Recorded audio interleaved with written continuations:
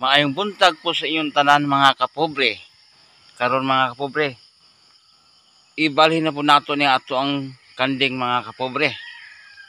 Diri na po sa duol sa akong balay mga kapobre, kay daghan man kay mga balili karon. Mas maayo mga kapobre karon mga kapobre kay ni ulan na. Manggawas na po ning mga balili na mga patay mga balili. Mukuha na po siya, manghudlot na po siya, mudaghan na po ni mga kapobre. Karon mga kapobre, baka na po nang atuan na ibalhin mga kapobre. Nakadungog sa akong tingog mga kapobre, ni mata siya.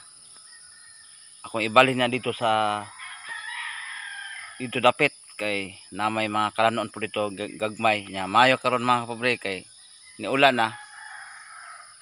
Makuha na po, mabuhi na po ng mga patay na mga sagbot. Ug diri na to itugway na atong mga baka mga kapobre. Ug na may gamay na kalanon dire. Unya tanawa di mga kapobre ng mga sagbot dire mga kapobre.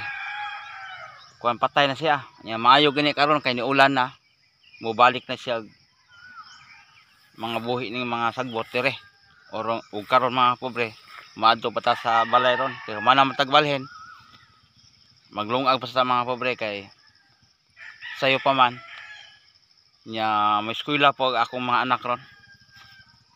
Nya ako man ang sayong mata kay maglungag makoron.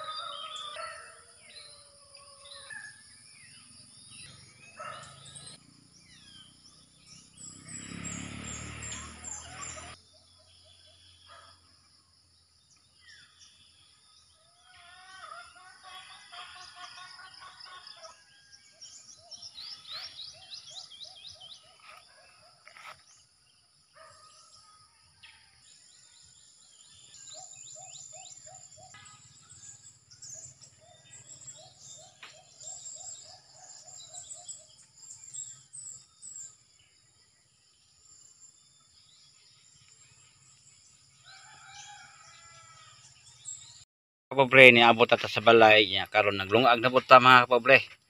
Nya ako anang gidungan ning tinugaw sa bata. Kay naluto naman atong kanon mga kapobre. Karon gulay na pud ato ang sudan. Kalamunggay at saka kamote. Mao ni luto na linawoy mga kapobre.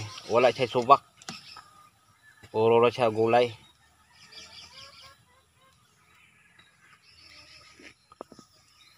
O karon mga pobre, sayo ta kayo naglungag mga pobre kay mamagula pod taron. Kay wala na po sulod tong taro, butangan ubugas. Hapit pun mahurot kaya mao nang sige ta mga pobre kay lisod kayo mahotdan og bugas mga pobre. Nga dito lang tayo mga pobre. Keep safe always. God bless you lahat mga pobre. Bye bye.